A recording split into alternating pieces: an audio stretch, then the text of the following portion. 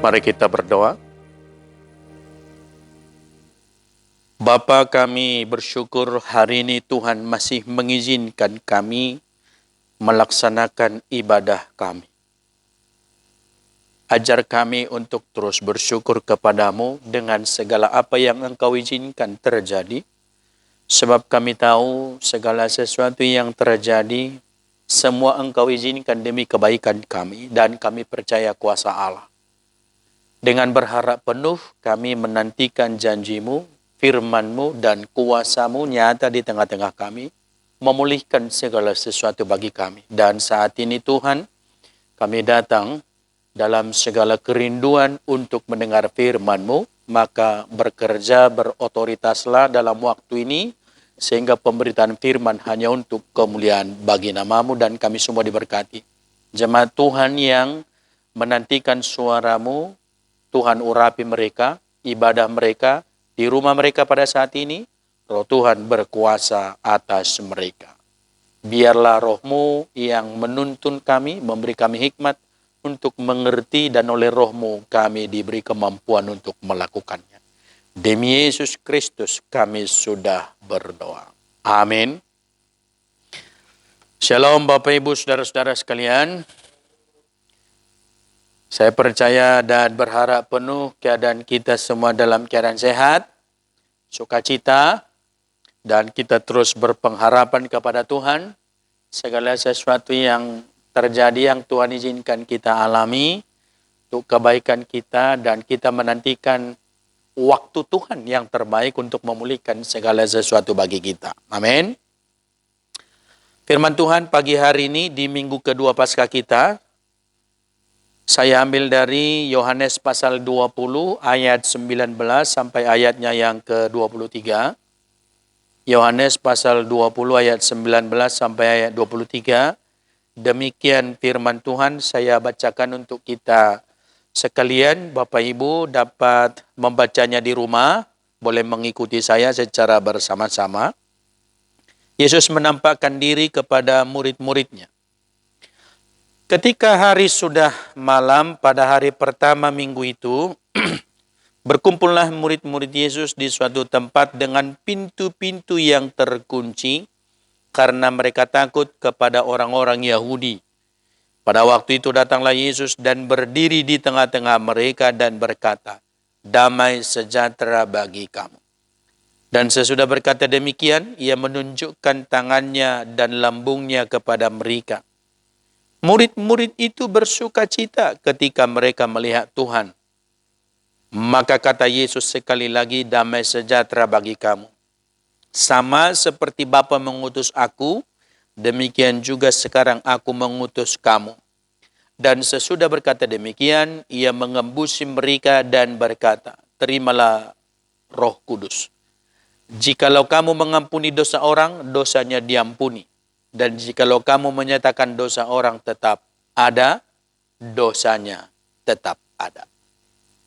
Sampai sedemikian jauh pembacaan firman Tuhan untuk kita pada pagi hari ini. Ibu bapak dan saudara-saudara yang saya kasih di dalam Tuhan Yesus Kristus,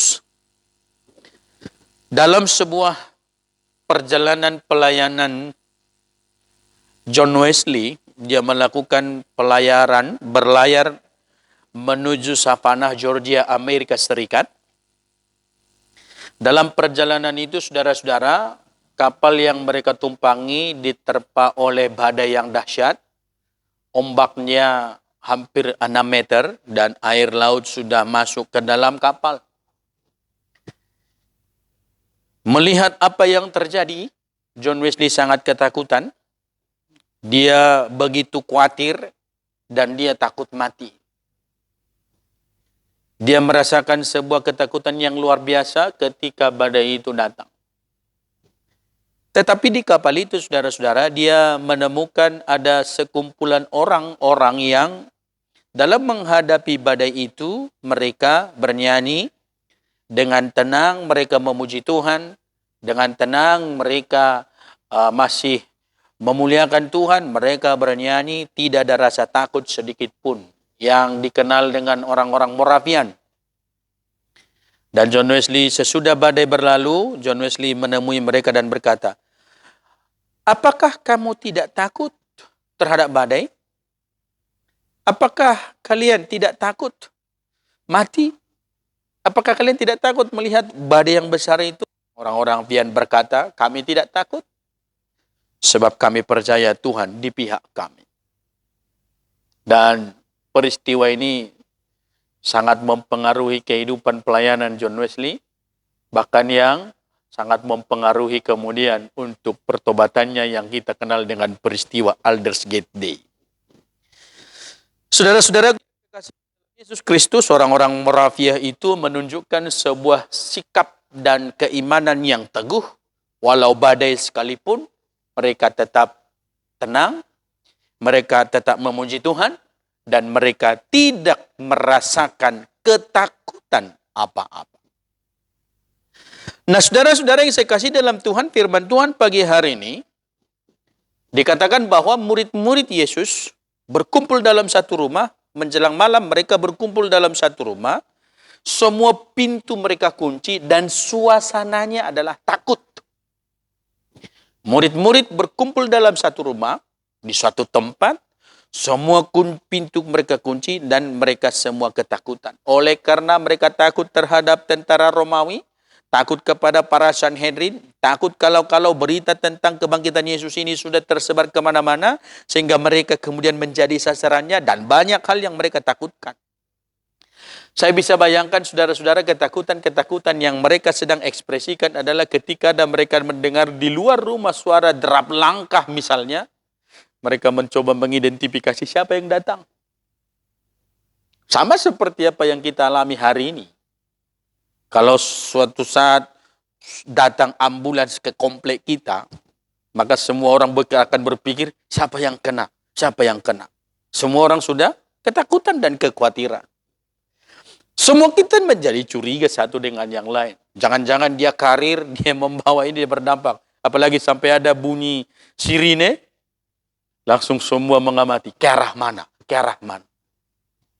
Maka saya bisa bayangkan saudara-saudara, murid-murid pun merasakan ketakutan yang luar biasa. Sebab mereka masih bisa membayangkan, melihat bahwa peristiwa, walaupun mereka tidak menyaksikan secara utuh, siksaan, kematian, penderitaan yang dialami oleh Yesus, dan ketika mendengar bahwa ia mati di salib, pasti penderitaan itu luar biasa. Pasti luar biasa. Mengerikannya. Masih terbayang. Tapi tiba-tiba dia bangkit. Berita yang baru, yang belum pernah terjadi sebelumnya. Lalu mereka semua ketakutan. Di tengah-tengah ketakutan mereka, saudara-saudara, Yesus tiba-tiba ada di tengah mereka dan berkata, damai sejahtera bagimu. Kehadiran Yesus menyatakan damai sejahtera di tengah-tengah ketakutan mereka. Kedatangan Yesus membawa sebuah berita sukacita atas mereka. Yesus hadir. Tetapi bukankah tadi pintu-pintu terkunci? Bukankah semua pintu-pintu terkunci rapat? Dari mana dia masuk? Dari mana dia bisa hadir? Dia Tuhan. Dia bukan manusia. Dia Allah. Dia yang maha kuasa. Dan dia yang bisa hadir dimanapun. Dan Allah menyatakan dirinya, Yesus menyatakan diri bahwa dia datang dimanapun, tidak dibatasi oleh ruang. Tidak dibatasi oleh situasi. Maka bagaimanapun situasi yang kita alami hari ini saudara, yakin dan percaya Yesus bisa hadir di rumahmu. Yesus bisa hadir menolongmu, Yesus bisa hadir memberikan kekuatan, dan percaya, aminkan bahwa hari ini pun Yesus berkata di rumahmu, di hatimu, di keluargamu, berkata damai sejahtera bagi kamu. Amin. Apa yang terjadi dengan murid-murid saudara? Mereka bersuka cita. Melihat Yesus hadir di rumah mereka, melihat Yesus hadir di situ, melihat Yesus sudah ada bersama mereka dan mengatakan damai sejahtera bagi mereka. Ekspresi murid-murid adalah bersukacita. Ada terjadi perubahan besar dari ketakutan menjadi sebuah sukacita yang mereka alami. Dari perasaan takut, perasaan terintimidasi, perasaan seolah-olah mereka berada pada bayang-bayang maut, Tiba-tiba Yesus datang dan hadir, berkata damai sejahtera. Sukacita, saudara. Sukacita. Pertemuan Yesus memberikan mereka sukacita. Kehadiran Yesus di tengah-tengah mereka memberikan mereka sukacita. Kehadiran Tuhan di tengah-tengah mereka menghilangkan ketakutan mereka. Dan sebuah pengalaman yang seharusnya kita alami sebagai orang-orang percaya saat bertemu Tuhan.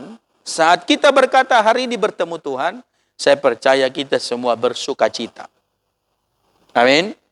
Maka bisa bayangkan saudara, hari ini Tuhan datang ke rumah kita. Dan bayangkan pun dia seolah-olah sedang berkata hari ini, damai sejahtera bagi rumah ini. Damai sejahtera bagi keluarga ini. Damai sejahtera bagimu di tengah-tengah situasi yang terjadi ini. Damai sejahtera bagimu. Itu berarti artinya saudara, Allah ada di pihak kita.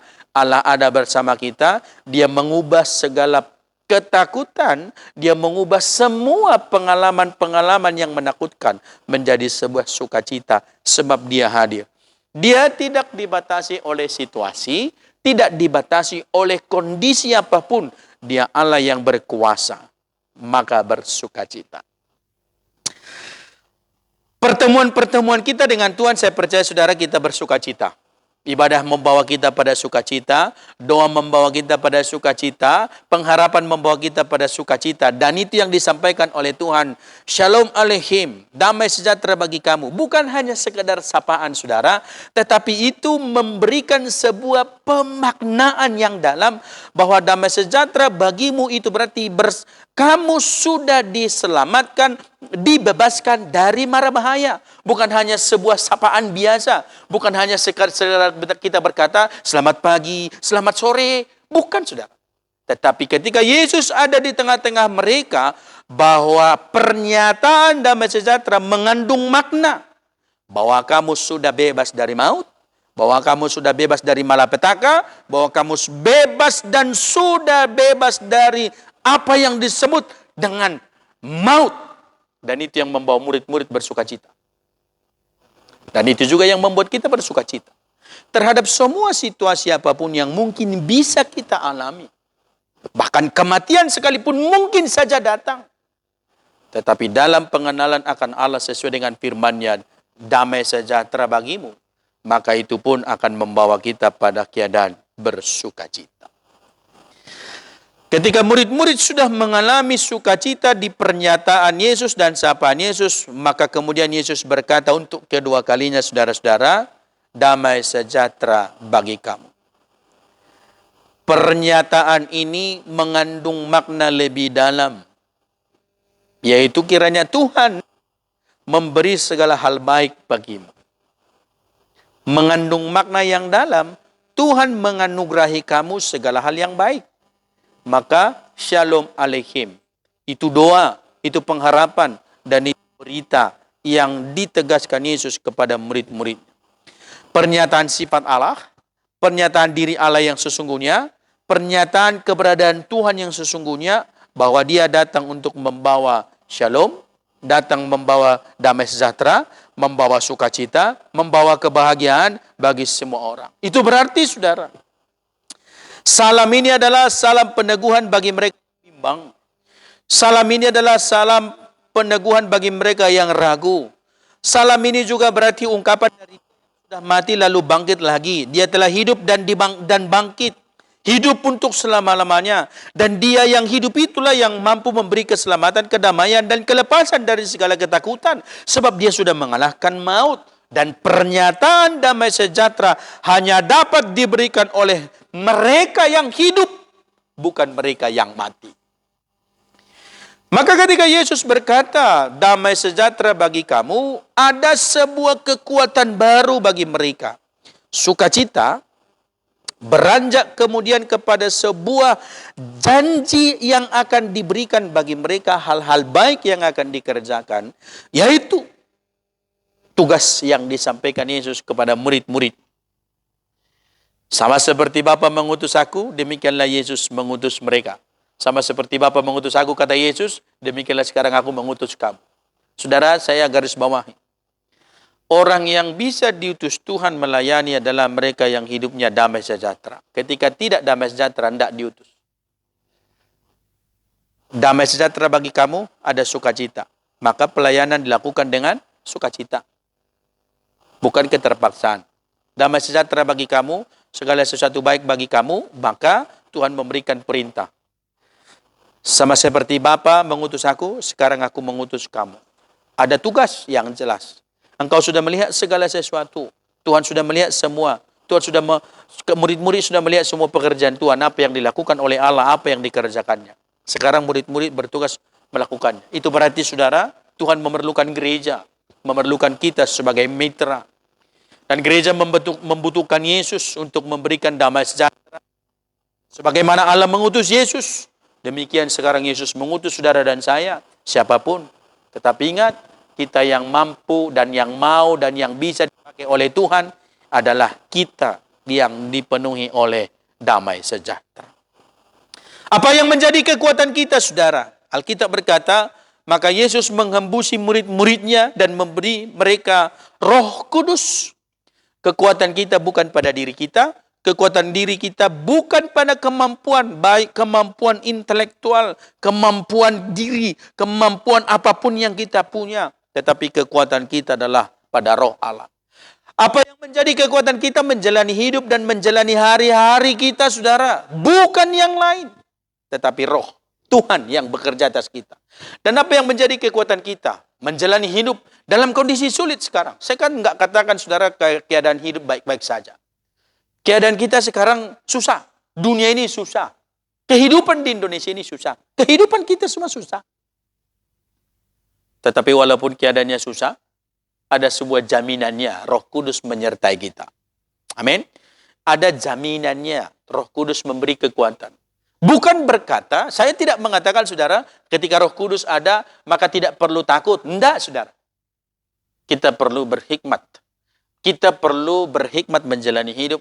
Sebab di dalam hikmat itulah kita mampu menunjukkan iman yang sesungguhnya. Dalam berhikmatlah oleh tuntunan Roh kita mampu kemudian memaknai secara utuh arti dari penyertaan Tuhan. Bukan berarti tidak ada tantangan, ada. Tetapi yang pasti bagi kita ada kekuatan. Sebab Tuhan sudah mengalahkan. Bukan hanya soal wabah saja yang sudah dikalahkan. Kematian pun Tuhan sudah kalahkan. Maut pun sudah Tuhan tundukkan. Maut pun sudah dikalahkan. Tidak punya kuasa apa-apa. Wabah ini akan berlalu. Pasti akan berlalu. Dan ketika berlalu, kita kemudian bisa berkata, Tuhan terima kasih penyertaan-Mu. Dan ini yang menjadi pengharapan bagi kita.